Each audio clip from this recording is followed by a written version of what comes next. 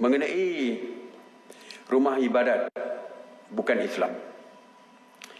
Hari ini Menteri Perpaduan Negara Yang Berhormat Datuk Halimah Muhammad Sadiq telah membentangkan kepada mesyuarat khas menteri-menteri berkenaan dengan SOP rumah ibadah bukan Islam, hasil rundingan dan persetujuan bersama dengan ketua-ketua badan-badan agama bukan Islam ini.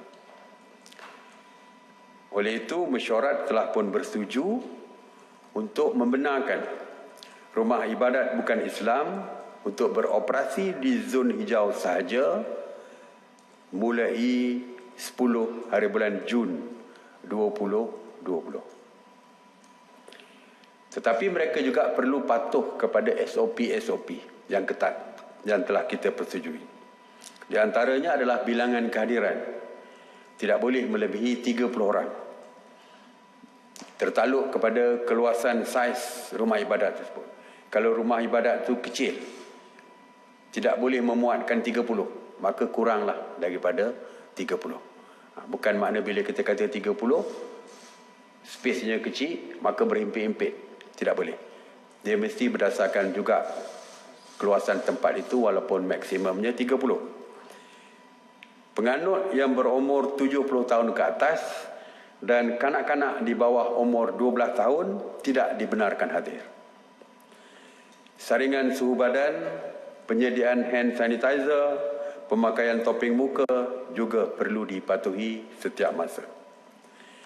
Dan satu lagi ialah kebenaran menggunakan rumah ibadat agama bukan Islam ini hanya untuk warga negara Malaysia saja.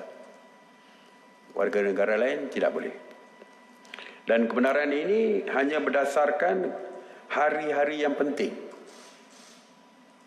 Hari-hari yang utama bagi agama masing-masing. Sebagai contoh, agama Kristian, hari Ahad.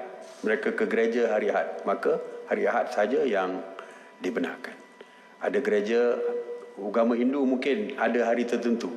Agama Buddha mungkin ada hari tertentu. Satu hari dalam seminggu yang mereka perlu pergi. Jadi, kita hanya benarkan 1 atau 2 hari saja di dalam seminggu. Setakat ini, kita meluluskan sebanyak 174 rumah ibadat di seluruh negara yang dibenarkan beroperasi, termasuk 84 kuil, 15 tokong, 67 gereja dan 8 gurdwara Sikh. Jadi ini peringkat. Maknanya saya kata itu pembukaan secara berperingkat. Ini lebih kurang 1% saja daripada keseluruhan jumlah rumah ibadat yang dibuka.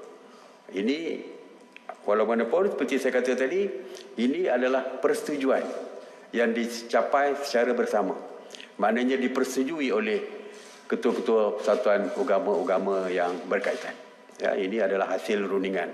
Bukan kita yang memutuskan, menetapkan. Ini bukan mesyuarat khas menteri, tetapi cadangan daripada mesyuarat di antara Menteri Perpaduan dengan pemimpin-pemimpin agama yang berkaitan.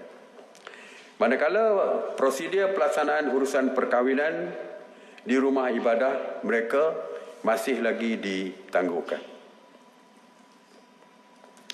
Pegawai-pegawai Kementerian Perpaduan Negara termasuk Jabatan Perpaduan dan Integrasi Nasional telah dilantik sebagai pegawai pemantau di bawah Seksyen 3 Akta Pencegahan dan Pengawalan Penyakit Berjangkit 1988 iaitu Akta 342. Kementerian Perpaduan Negara akan bekerjasama dengan kerajaan negeri untuk menyelaraskan pelaksanaan pembukaan rumah-rumah ibadat ini bersama dengan pihak berkuasa tempatan.